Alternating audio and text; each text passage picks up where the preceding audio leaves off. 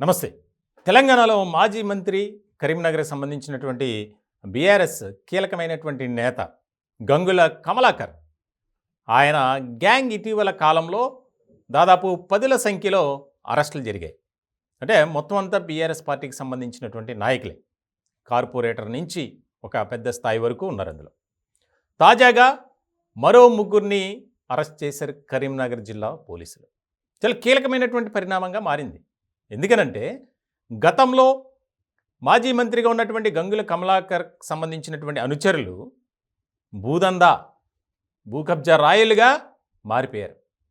అంటే అధికారాన్ని అడ్డు పెట్టుకుని ఏ స్థాయిలో అక్రమాలు చేశారనేది ఇక్కడ మనకి కీలకంగా మారినటువంటి అంశం. ఇట్లాంటి సందర్భంలో తెల్లవారుజామున మరో ముగ్గురిని పోలీసులు పట్టుకున్నారు. వారు ఎడ్ల అశోక్, తుల బాలయ్య, అలాగే కాశెట్టి శ్రీనివాస్. వీళ్ళు కూడా పార్టీలో కీలకమైనటువంటి వ్యక్తులుగా ఉన్నారు. అలాగే గంగుల కమలాకర్కి ప్రధానమైనటువంటి అనుచరులుగా ఉన్నారు. తాజాగా మహిపాల్ అని చెప్పి ఒక వ్యక్తిని అరెస్ట్ చేశారు. ఆయనతో పాటు మరో కొంతమందిని కూడా అరెస్ట్ చేశారు.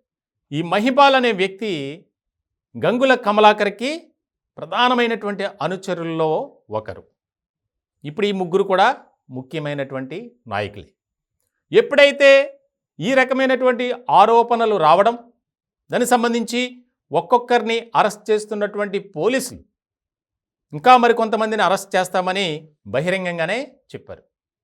ఇట్లాంటి సందర్భంలో ఈ ముగ్గురు పరారయ్యారు. మంగళవారం రాత్రి కరీంనగర్కు వచ్చారన్న విషయం తెలుసుకున్నటువంటి పోలీసులు ప్రత్యేక పోలీసు బృందాలు వారి కోసం గాలించాయి.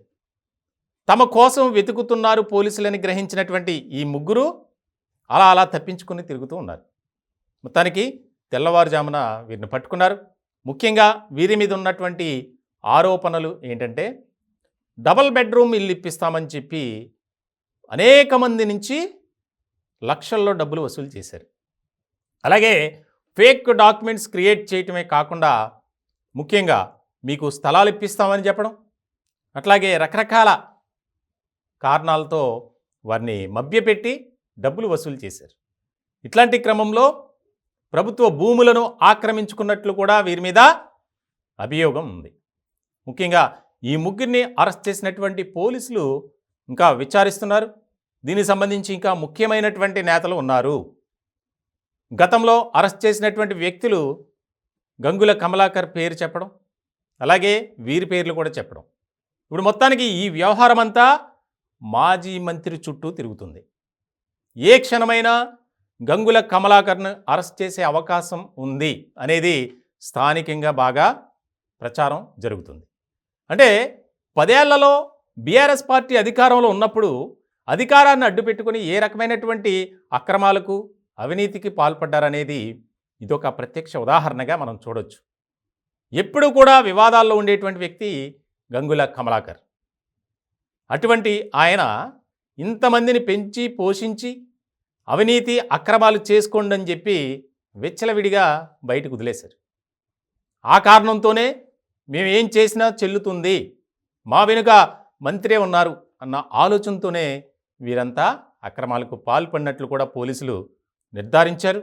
దీనికి సంబంధించి మరికొద్ది రోజుల్లో కొంతమందిని కూడా అరెస్ట్ చేసే అవకాశాలు ఉన్నట్లు తెలుస్తుంది.